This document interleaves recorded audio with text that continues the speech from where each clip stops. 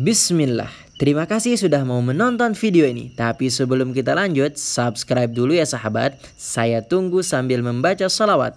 Allahumma salli ala Sayyidina Muhammad wa ala alihi wa sahbihi wasallim. Subscribe dan hidupkan loncengnya.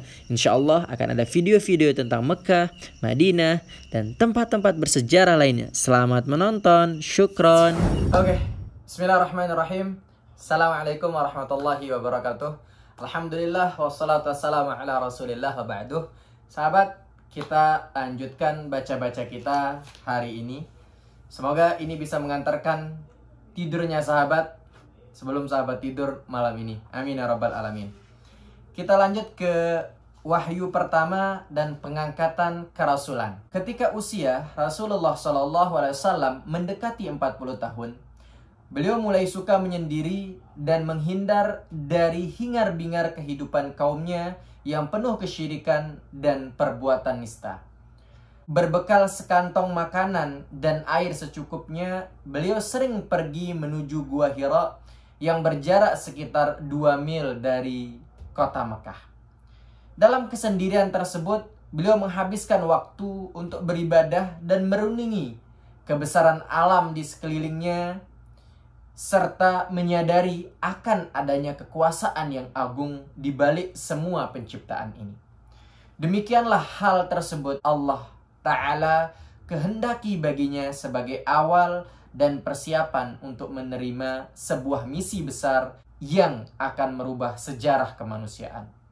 Karena itu, jiwanya harus dibersihkan dari hiruk-pikuk duniawi dengan segala kotoran yang ada di dalamnya. Hal tersebut berlangsung selama 3 tahun sebelum diturunkan tugas kerasulan.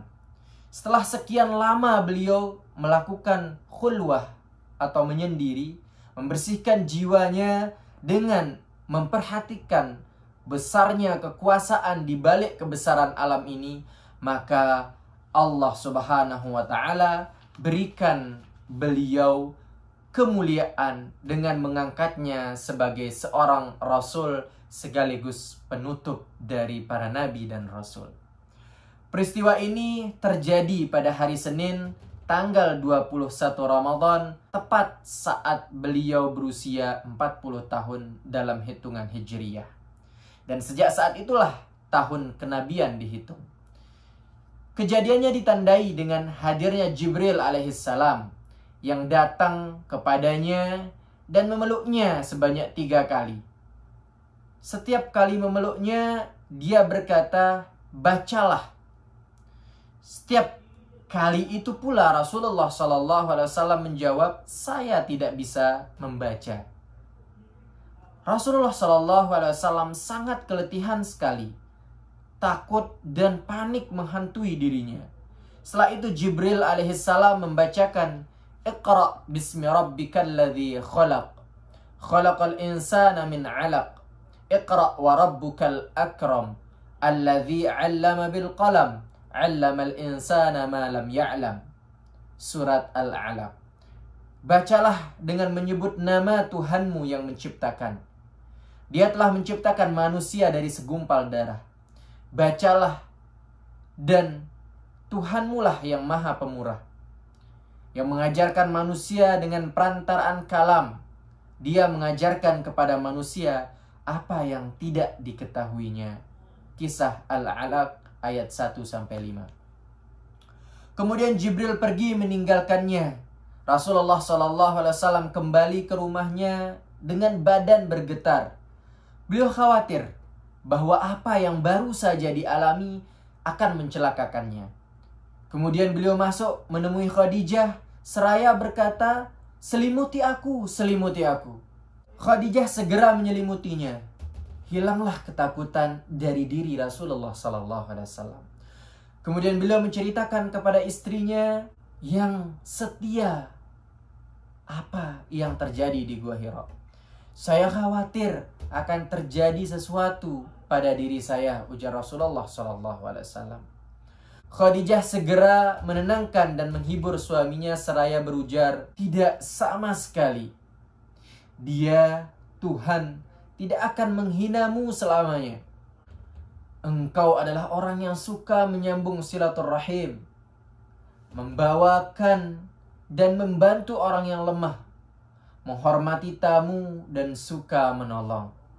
Kemudian Khadijah bersama Rasulullah SAW pergi ke rumah pamannya Waraqah bin Naufal. Dia adalah orang yang banyak mengetahui isi kitab Taurat dan Injil. Orangnya sudah renta lagi buta. Rasulullah SAW menceritakan apa yang terjadi. Mendengar hal tersebut, Waraqah tampak gembira. Itu adalah malaikat Jibril yang Allah turunkan kepada Nabi Musa. Engkaulah nabi umat ini. Sayang sekali. Seandainya saja aku masih hidup saat engkau diusir kaummu. Apakah mereka akan mengusirku? Ya. Tidak ada seorang pun membawa seperti apa yang kamu bawa, kecuali dia akan dimusuhi.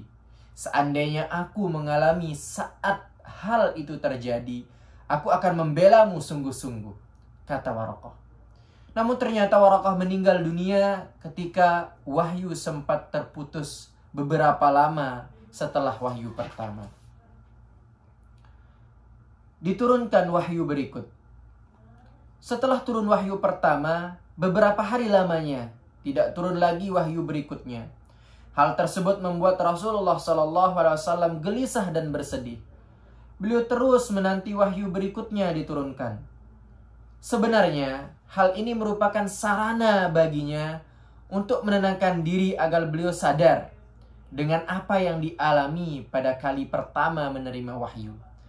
Dan untuk meyakini bahwa beliau kini telah menjadi seorang utusan Allah Subhanahu wa Ta'ala. Hingga kemudian suatu hari, ketika beliau sedang berjalan, tiba-tiba terdengar suara dari langit. Ketika beliau cari sumber suara tersebut, beliau menyaksikan malaikat yang mendatanginya di Gua Hira sedang duduk di kursi antara langit dan bumi. Beliau kembali merasakan ketakutan yang luar biasa hingga terjatuh di tanah. Kemudian beliau segera pulang menemui istrinya Khadijah seraya berucap, "Selimuti aku, selimuti aku." Kemudian Khadijah menyelimutinya. Pada saat itulah wahyu kedua Allah turunkan, yaitu Ya ayyuhal muddathir qum fa'anzir wa rabbaka fakabbir wa thiyabaka fatahhir warrujza fahjur wa la tamnun tastakthir wa li rabbika fasbir. Surat Al-Muddathir. Hai orang yang berselimut, bangunlah, lalu berilah peringatan, dan Tuhanmu agungkanlah, dan pakaianmu bersihkanlah, dan perbuatan dosa, menyembah berhala, tinggalkanlah, dan janganlah kamu memberi dengan maksud memperoleh balasan yang lebih baik. Dan untuk memenuhi peringatan Tuhanmu, bersabarlah. Kisah Al-Muddathir ayat 1-7.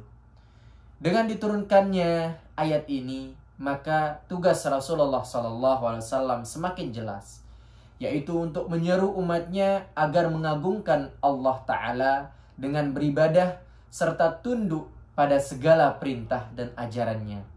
Sejak saat itu, turunlah wahyu berikutnya menandai dimulainya sebuah perjuangan jihad tanpa henti untuk mendakwahkan serta menegakkan agama Allah di muka bumi ini. Wallahu a'lam. Fase Mekah, insyaallah kita akan lanjutkan besok. Jazakumullah untuk sahabat-sahabat. Semoga sirah ini bermanfaat untuk kita semua. Semoga Allah cepat mengangkat penyakitnya sehingga kita semua sehat walafiat dan bisa menikmati beribadah kepada Allah Subhanahu wa Ta'ala dengan kondisi yang aman dan tenang. Assalamualaikum warahmatullahi wabarakatuh. Amin ya rabbal alamin.